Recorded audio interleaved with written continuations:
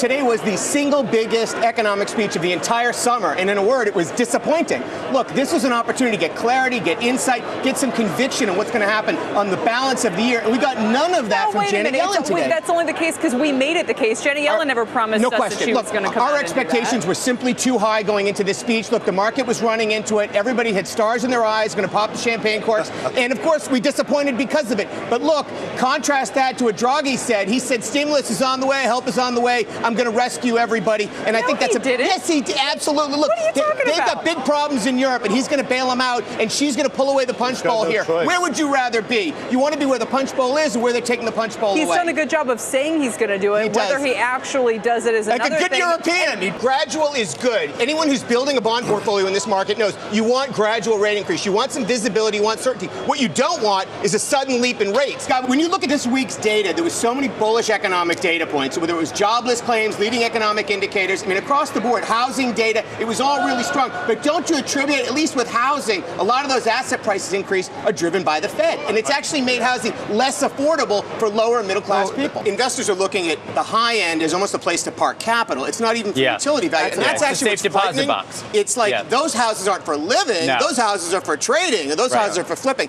And when you hear that, it's always very frightening. It's benefiting in Florida. It's South American money that's hiding. In other places, it's money from China that's hiding. Here's a flip. New York Magazine said the other day, it's a new Swiss bank account. It's a new Swiss bank account. It's like a T-bill, right? You put your money in a Class A market like D.C. and you go, worst case scenario, your capital is safe. Here's a flip. As someone who works with confidential client data every day, you have to safeguard where this information is housed. I mean, aren't there some logical things people can do, like encrypting data, changing their passwords on a regular basis, or even looking at biometric passwords to sort of safeguard this information? Gary? Won't those help?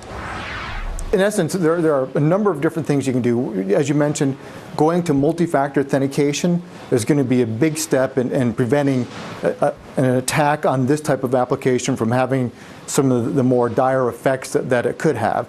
This industry is evolving quickly.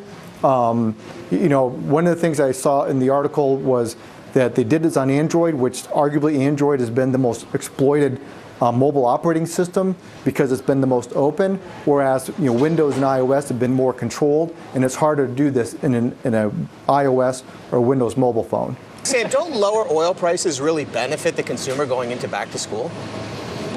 Yes, they do. But I mean, we can talk about macro events all we want. But I mean, I'm the kind of person, I hold these companies responsible for doing what they got to do for their own customers. Sure. And so when we look at those three companies, they've really changed. They've evolved over the years. They're executing exceptionally well. The trends happen to be in their direction. But just from being on target with the product, on target with delivering the product on time, having the right stuff in stock, and being where the consumer is, that's what it's about.